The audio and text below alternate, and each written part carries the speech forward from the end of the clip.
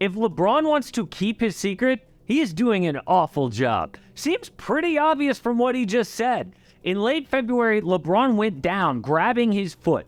The mics clearly heard him say, reports said he would return the last week of the season, but instead, he came back a full week early. Of course, a million people suspecting PEDs. Steroids don't just build muscle, they heal injuries. Even LeBron's own teammate Dennis Schroeder had a fun little comment. I can't say too much, but German doctors are great. What? Dennis, shut up, dude. But an even weirder comment was from LeBron himself. He knows people are saying this stuff. Rumors have been out there for years. But does this sound like a guy who's hiding from it? I tore a tendon in my foot.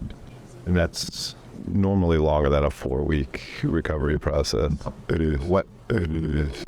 No, you're supposed to say it's not. 4 weeks is normal. Nothing to see here. When did you get a sense you would have a plan to get you back faster than what the normal routine is on that?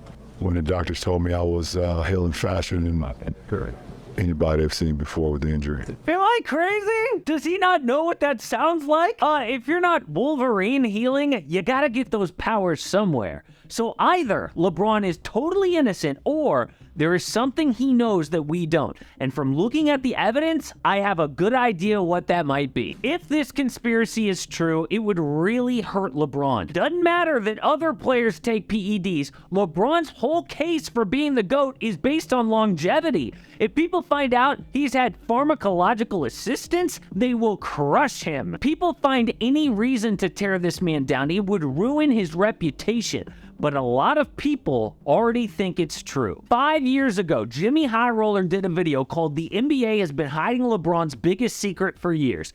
In it, he lays out smoking gun evidence that LeBron uses PEDs. The video had about 4 million views when Jimmy mysteriously took it down. And he doesn't normally delete videos. So why would he do that about something controversial? Did he learn something new? Did somebody important message Jimmy? Luckily, people reacted to the video so we can still watch it, and I found 2 very disturbing things. The first is when LeBron was linked to a steroid clinic in Miami.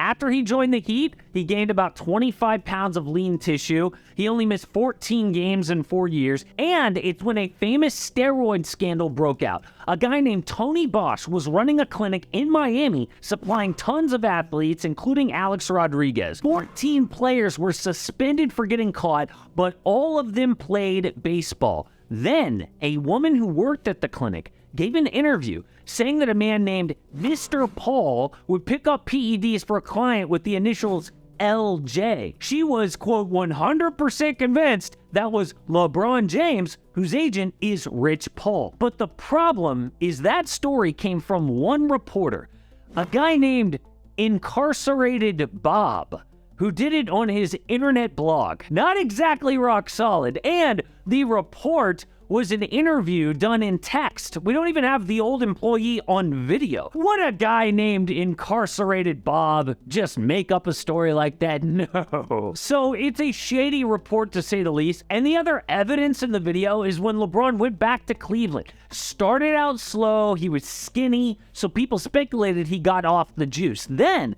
he took a break in season, which he never does, to go back to Miami to revitalize and rejuvenate. What does that mean? Then he came back to Cleveland and was better than ever. I'm sorry, but if that is the smoking gun evidence, the case is not strong. But some people still believe in the conspiracy, probably because they hate LeBron James. But then other people started speaking out. A guy named Andrew Huberman was on Joe Rogan's podcast. He's an internet famous science guy who is connected to pro athletes.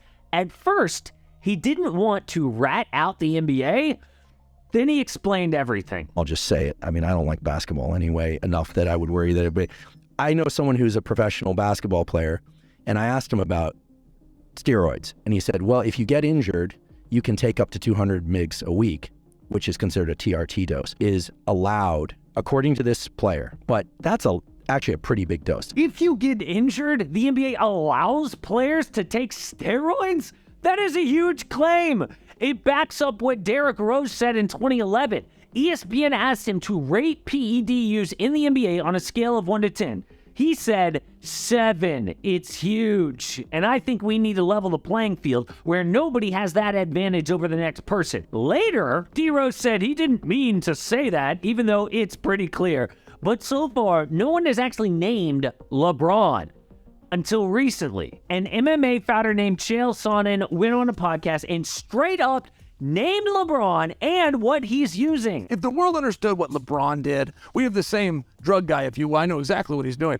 EPO matters. It's the reason LeBron takes it. It matters. EPO increases your red blood cells, which gives you endurance so you can play all game long. It's the king of performance enhancers. EPO, it's what Lance Armstrong did in the Tour de France, and he never failed a drug test. But there's one problem with all of this. Neither EPO or testosterone heals injuries. If the conspiracy is true, that means there is a different compound here that has not been named, and that would be HGH, which is used for recovery and longevity and is illegal.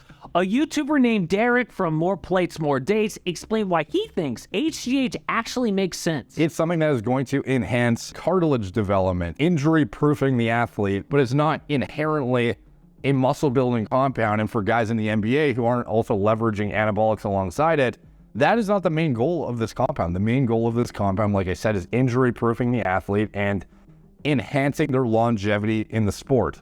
So in LeBron's case, this would be one of the highest priority items of all of them. But if that's true, why have 0 NBA players ever tested positive for HGH? Even with the recent crackdown on steroids, the only guy was Wilson Chandler for a different compound that just promotes HGH. Well, the reason is it is the easiest drug to beat on a test.